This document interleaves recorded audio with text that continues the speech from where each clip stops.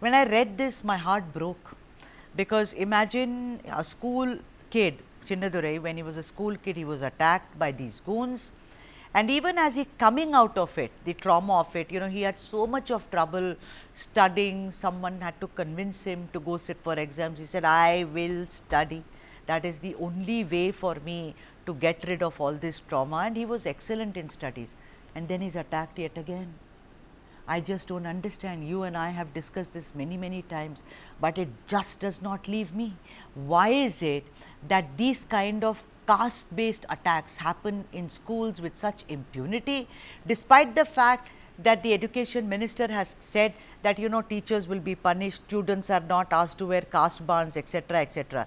But why has it permeated like this into schools and colleges? What is going on? One thing I want to say right now is Anbil Mahesh is highly incapable of maintaining a school system which is safe for the students.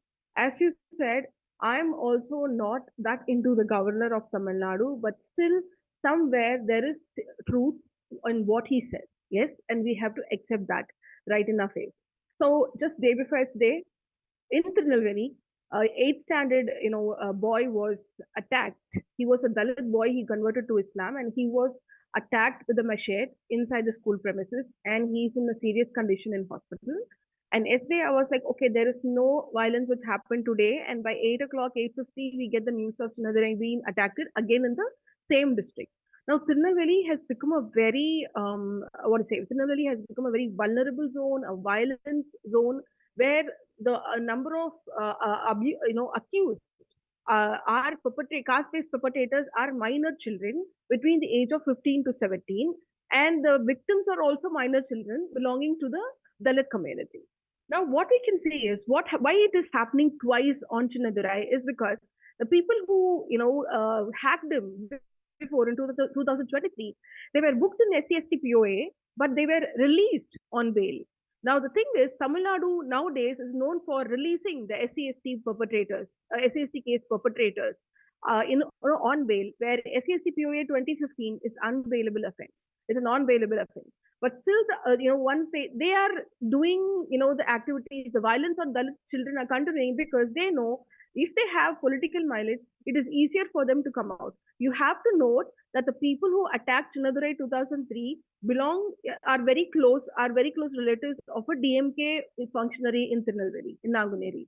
Now the guy has, and then when they came out in bail, they went ahead, they molested a woman who was riding on a motorcycle with her husband in Tirunelveli just 8 months back, and they were booked. They again came back outside. Now this Chinnadurai, he saw the worst atrocity in his life. His grandfather died because he was a witness to the crime. He had a heart attack. His sister was also cut along with him. But Chinnadurai continued his education. He's in college right now. He's in his first year of college. Still, he was, made to come out of his home. See, Chinnadurai is in police surveillance. There is no way that, police could send him anywhere. So if Chinnadurai could just go anywhere, it means the police did not monitor his, location or his mobility. His protection, I myself heard that Chinnadurai was coming out of police protection here and there to death and funeral and a lot of other Dalit events. So it means that amount of protection for Dalit victims is not being given. So I have not seen MK Stalin talking about this. For example, MK Stalin said people are talking about caste-based atrocities in Tamil Nadu are shedding crocodile tears. This is the most insensitive thing a chief minister can say to any survivor or any victim or any Dalit. This is not the way you talk to the, look at Dalit in their eyes and say, what, don't shed crocodile tears. Everything is fine here. Even for that, I should go ahead and book an SCST POA on the CM, MK Stalin for saying something like that. In fact, he's the vigilance committee head. He's Yeah. totally failed. He's totally failed to protect Tirunelveli, protect the children. The school system has gone to shambles because of the violence in southern districts. Right. The children are cutting each other up, hacking each other up, and Right. Anbil Magesh is nowhere to be found at all. Yeah, So, Shalin. I've seen worst period in Jayalalitha's time in 91, and this is the most worst period in history in Tamil Nadu. Yeah, Shalin, the thing is that the kernel of their ideology is equality, and they say that we don't believe in caste system at all. We heard Udaynidhi Stalin once saying, I don't believe in all this, we are all equal. I mean, I am saying all of them did, and also the grandfather, the father, and now the son as well.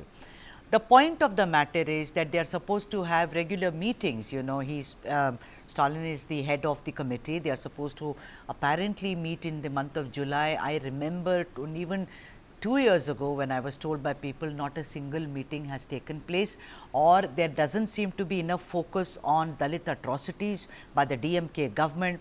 I want to ask you one other thing, Shalin Maria. The VCK is in alliance with them. Tol Tirumavallavan, who talks about, who comes from a community like that, who talks about it day in and day out. But why is there this zipping up constantly? Why is it? Is it because he does not want that the DMK's chink in the armor of not having properly protected Dalit children comes out in the open? Is he what he's scared of, considering 2026 is an election year, Shalin Maria Lawrence? Where is their conscience? I don't know what kind of benefit they are looking, it's coming from, DMK to VCK.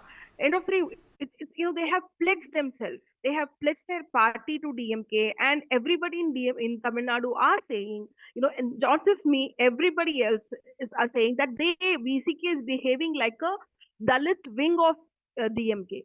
They have trapped the Dalit voters, and whenever we go ahead and, question DMK, VCK are the first ones to come and defend DMK, saying, don't blow it up, don't blow it up. And, as soon as a Dalit person like me or anybody else comes out and say, oh, there is so much of violence, the VCK chief himself goes on the press meet and he says, all these are tactics to break the coalition of DMK and VCK. So is he saying that people mix fecal water in their, drinking water, or people cut themselves, or Chinnadurai cut himself, or killed his grandfather, or whoever it is, just because they do not want to see VCK and DMK together?